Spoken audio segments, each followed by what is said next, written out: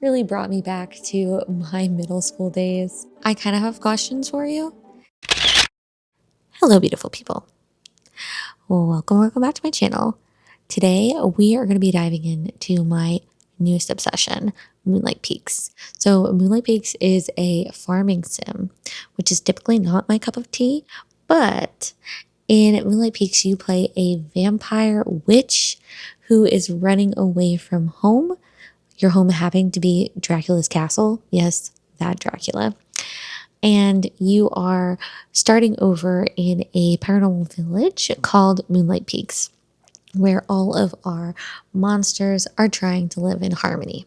Now, Moonlight Peaks has 23 romanceable characters, and I had the completely unhinged idea of trying to match the characters to books. Now, 23 characters is a lot, so I decided to go with 15. So with that, I'm going to be breaking down these characters into supernatural type and ending with one that doesn't quite fit into those buckets. So let's get into it. Vampires in Moonlight Peaks are a complicated bunch. And when your dad is Dracula, things seem to be a little bit awkward. So our first one is apparently a fan favorite. Mina. My girl Mina is really as sweet as they come and as lovable as those tasty treats that she serves you in the coffee shop. And really all she wants is for everyone in the town to get along and for her dad not to act a fool. So if this pigtail wearing baddie is up your alley, may I suggest The Vampire Knitting Club by Nancy Warren. It's a cozy mystery featuring an undead grandma and a knitting shop, which honestly sounds like Mina's alternate plan in life.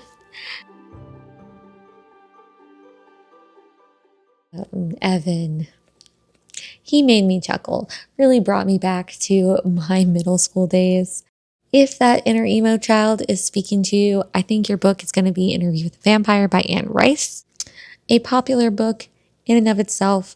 Our main character, Louis, is the original brooding vampire, the original emo vampire. And like Evan, he spends a lot of time dealing with the trauma left behind by his maker. It's gothic, it's dramatic, it's enthralling. Your main character is a sad, sad boy. So if Evan seems like the man for you, I would definitely read this book. Honestly, if Orlock is your pick, I kind of have questions for you. He's the town drunk. He's the embarrassing dad of Mina and Evan. And he's got some like serious demons and debts to contend with. But I'm not here to yuck anybody's yum. So if Evan's Drama Daddy is the one for you, it only feels right to recommend The Vampire Lestat by Anne Rice, which is the second book in the Vampire Chronicles. This is Lestat's story, who's Louis' maker, and honestly one of his biggest sources of trauma. Follows Lestat becoming an 80s rock star, which, I mean, Orlock could kind of rock that vibe as well. He's got a drinking problem. He's very dramatic. I can see it. And it's also the inspiration for the hit TV show, which is still on my to watch.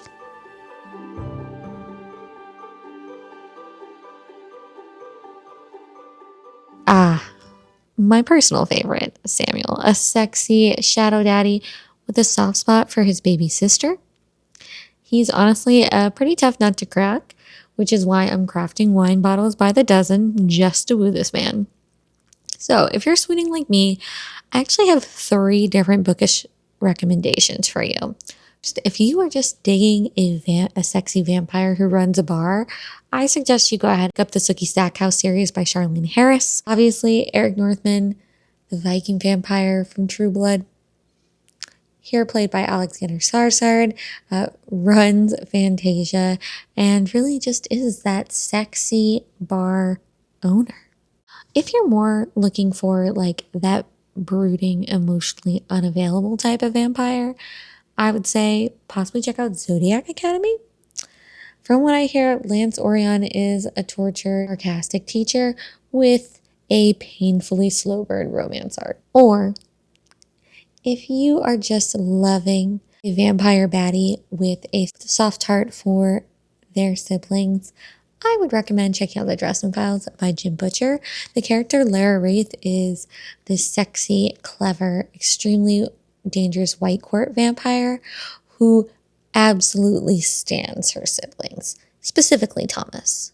So basically, you can't sum up Samuel in one book, which is why he is the complicated vampire of my dreams.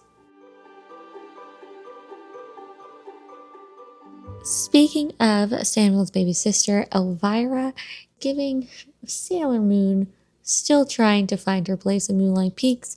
She's spunky and creative, and she has a really great sense of humor, which made her a very hard character to match. If you like Elvira's like sunshine energy with a little bit of emotional baggage underneath, I think you may like The Songbird of Heart and Stone by Carissa Broadbent. So this is the third book in the Crown of Nioxia series, and it follows Mishk, who is my favorite vampire from the first book. She is basically a ball of sunshine, and much like Elvira, she has fiercely protective friends who are determined to keep her safe. So I feel like she really encompasses the warmth of Elvira, but those secret, sad notes that I keep getting in the game. Werewolves in this game have one really strange feature, which is they're not wearing shoes, and they have like wolf feet. Rich is one of the first people you meet in the game, and he's instantly appealing. He has that like rugged lumberjack exterior, but seems to have a genuinely caring personality. I mean, he literally starts offering to help you around, like to help you around your plot of land before you even ask. I really wanted to stay in theme here, but seriously, every single werewolf romance novel featured like an aloof and surly werewolf, which is absolutely not our boy Ridge. And then I realized that he reminded me of the love interest in the Spellshop by Sarah Beth Durst. If you haven't heard of this book, which I find kind of hard to believe, it's a cozy fantasy about Keela. She's a librarian who returns home to start her life over, only to find a very handsome and very nosy neighbor waiting for her. I think you would really like the Spellshop. It has that cozy setting. It's got the helpful neighbor. And, you know, it just really gives you that magical, warm feeling inside. A little sweet. And he's giving like that major 90s grunge skateboard dude vibes. But a grown man living with his dad, doing fuck all. And on top of that, your dad is rich. Let's take a beat before we dive into this romance, okay? But then again, we did run away without telling anybody, so who are we to be throwing stones at maturity levels? But if a fixer-upper is really your bag, I think you should check out Fan Service by Rosie Danan. The love interest, Devin, is a washed-up actor from like a 2000s paranormal romance drama situation, and he just really needs to grow up.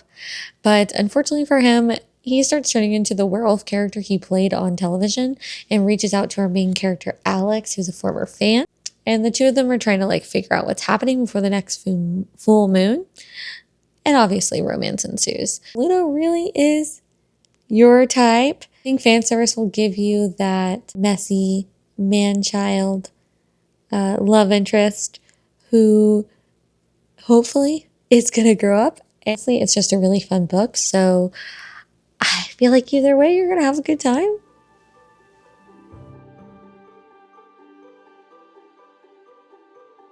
Saga. Now, Saga is the complete opposite of her cousin Ludo. She's the brains behind all of the improvements happening in Moonlight Peaks, and she's totally a badass. Saga's energy is giving you life. I think you might like Bitten by Kelley Armstrong. Bitten follows Lena Michaels. She's the world's only female werewolf, and she's been tasked with hunting down rogue wolves. But she's kind of getting fed up with hiding and protecting everybody else and being responsible for a role that she never asked for. Which, I mean, same. And I could totally see Saga going in that direction. Like throwing her arms up and being like, forget it. This town is a wash. I could be doing bigger and better things. The witches. It's honestly a coven of people who would never otherwise hang out together, but they're all kind of fun in their own way. First witch is Sabrina.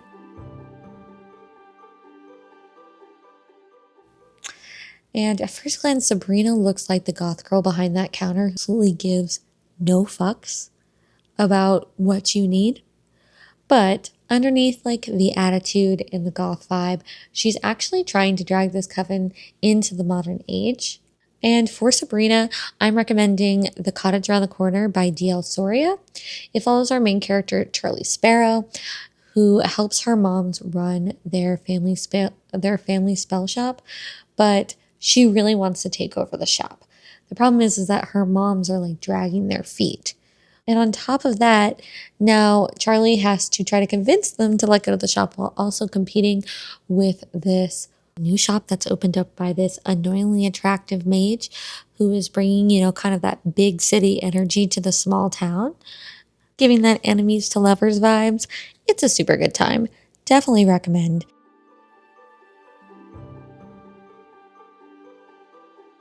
Luna is like that cozy witch personified. So she's the resident farmer of Moonlight Peaks, and she appears to genuinely not know how to say no to anyone. Like every time you talk to her, she's always working on something for somebody else.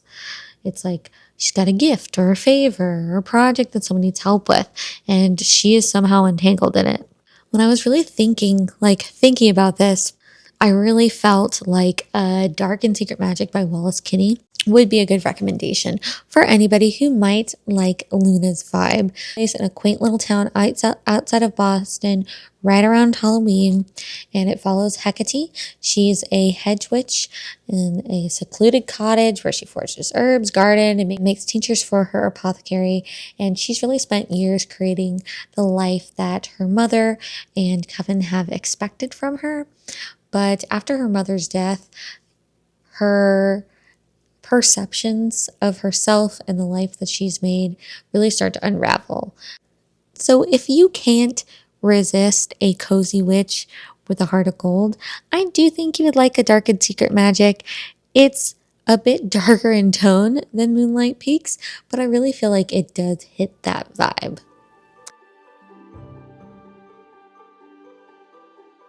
Noel is an acquired taste. Got a lot of bluster, and he carries himself like some kind of ladies' man who's like the best witch in his coven, even if he doesn't actually have anything to back that up.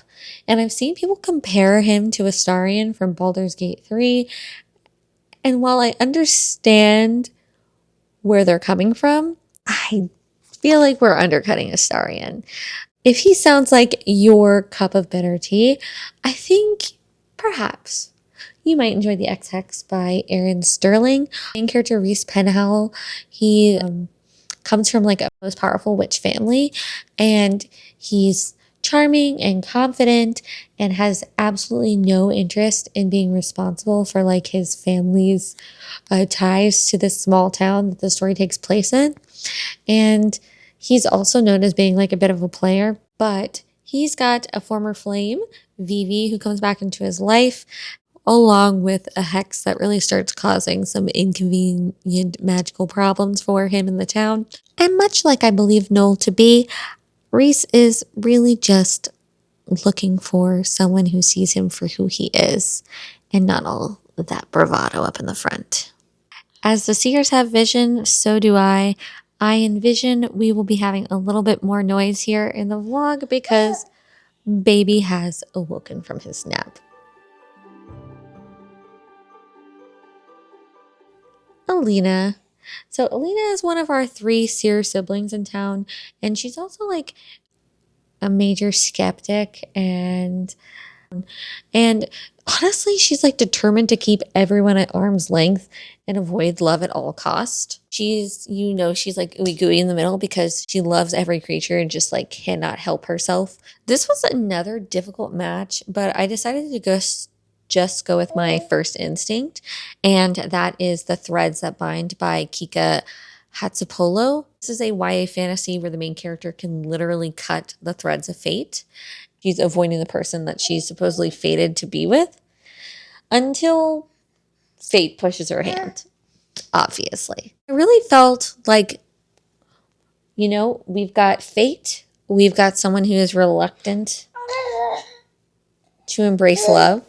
Excuse me. The baby really agrees. And so I thought that this was a pretty good recommendation, if I do say so myself.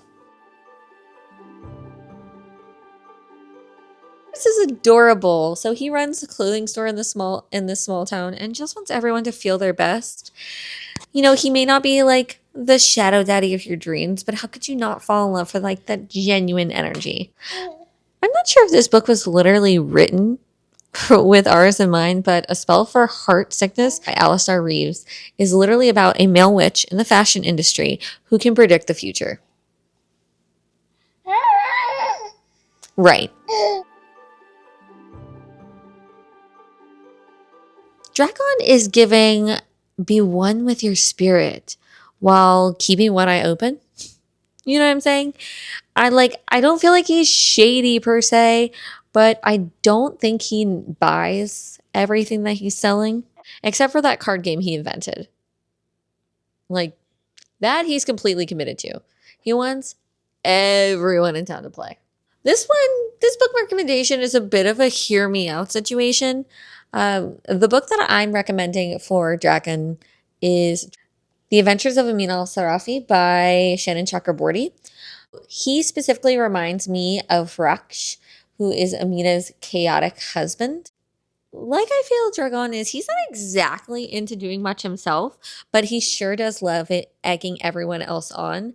And honestly, there's something under the surface that just feels a little off with both of the characters. And so I felt like that paired with his a little bit of a piratey outfit, that this would be a fun choice. And it's also one of my favorite books. So I feel like I couldn't go wrong with recommending this book. Oh my gosh. We are on our last character and last recommendation. So like I mentioned, there are 23 romance options in this game, and some of them are coming completely out of left field. One fan favorite is Death himself. As they say, death comes for us all. Unless he's on vacation. Then you can woo him and possibly even go on a date. This is such a fun concept, and I know the perfect book to match for the upcoming spooky season. That is Grim Tidings by B.K. Borison. Follow up to Good Spirits, which was not particularly a favorite of mine, but they did hint at the storyline where a Grim Reaper, her name is Darcy, by the way, decides that she wants to skip out on her duties of death because she just isn't about it anymore, which understandable. And the Archangel Gabriel has to go and remedy the situation. Even as I was reading Good Spirits, I was excited about this storyline. So I am super excited to pick up this book. And it's literally about romancing a Grim Reaper. So what are you waiting for? Go and pre-order it now. Not an ad. Just saying. So that leaves us with one question, and one question only. Who are you romancing? Inquiring minds want to know, specifically me. So tell me in the comments, who are you crushing on in Moonlight Peaks? Are you playing Moonlight Peaks? Or are you just here for some paranormal baddie book recommendations? Let me know. If you enjoyed this video, please like, subscribe, and do all those good things. And until the next time, I hope you read a good book. I hope you find some joy. And most importantly, I hope you do something to make the world a better place. And I will see you in my next one. Bye! Go play Moonlight Peaks!